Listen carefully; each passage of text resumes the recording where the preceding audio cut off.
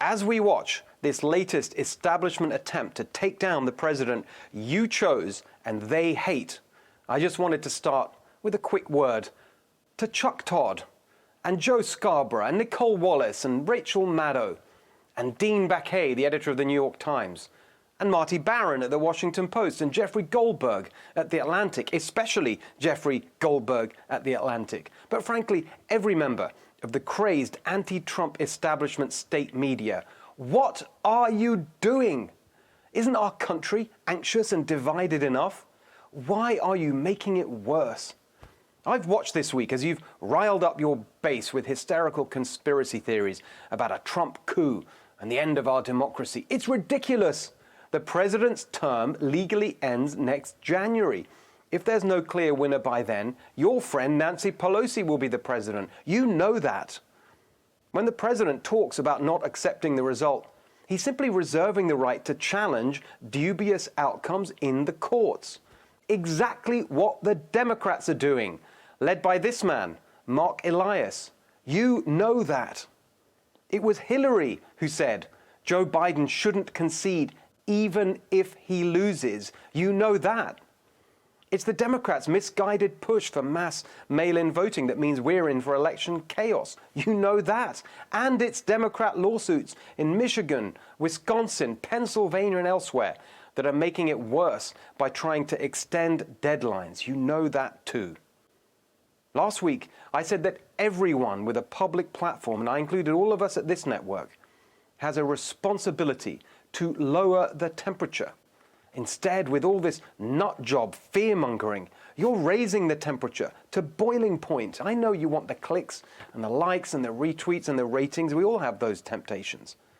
But just for the next few months, for the sake of the country, our society, our sanity, can't you resist? Impending election chaos is a huge concern. But talk about the real problem. States not being prepared, rules being made up on the fly by partisan judges. There are big, important, interesting issues at stake in the election. The direction of our economy, immigration policy, China, energy and the environment, racial justice, rising crime. Talk about the policy choices, the things that actually affect the lives of your audience.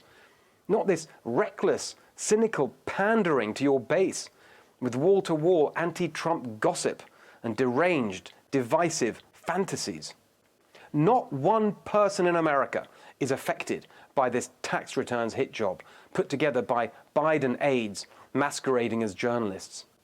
But I think it will affect the election, just not the way they hope. Watching the Trump-hating crowd on CNN and MSNBC frothing at the mouth with hysteria and vitriol tonight crystallized the central argument in this election.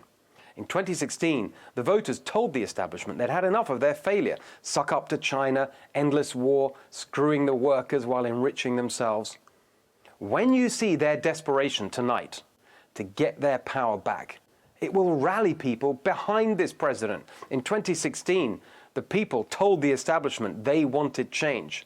After tonight, the message is clear. Tell them again. Right, we always try to focus on real issues here, and we'll start tonight with the Supreme Court and the president's nomination of Amy Coney Barrett.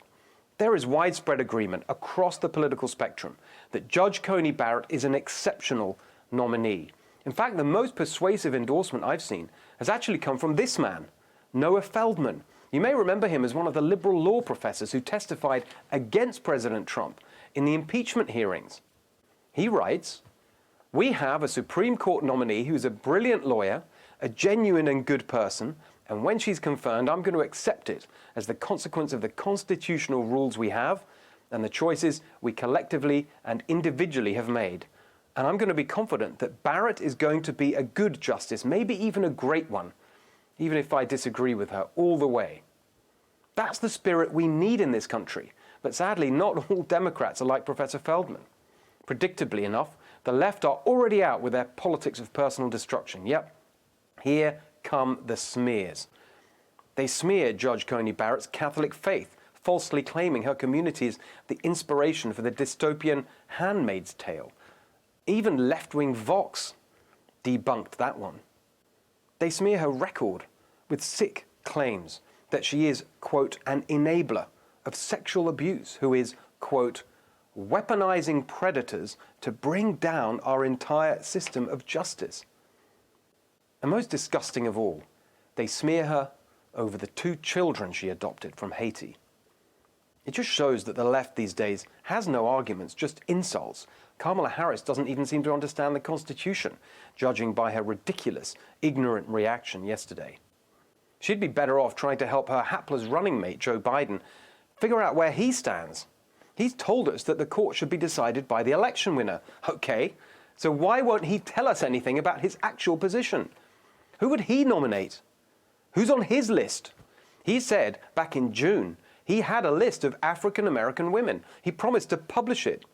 We're still waiting, Mr. Vice President. What are you hiding?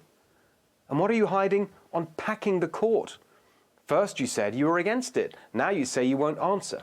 We know the answer. You won't tell us who you'd nominate or whether you'd pack the court because you've caved to the far left on this as on everything else. But you're trying to pretend you're still a moderate. You're not a moderate. You're not left either. You're nothing. Nothing but a stooge for the activists driving your party further and further to the left.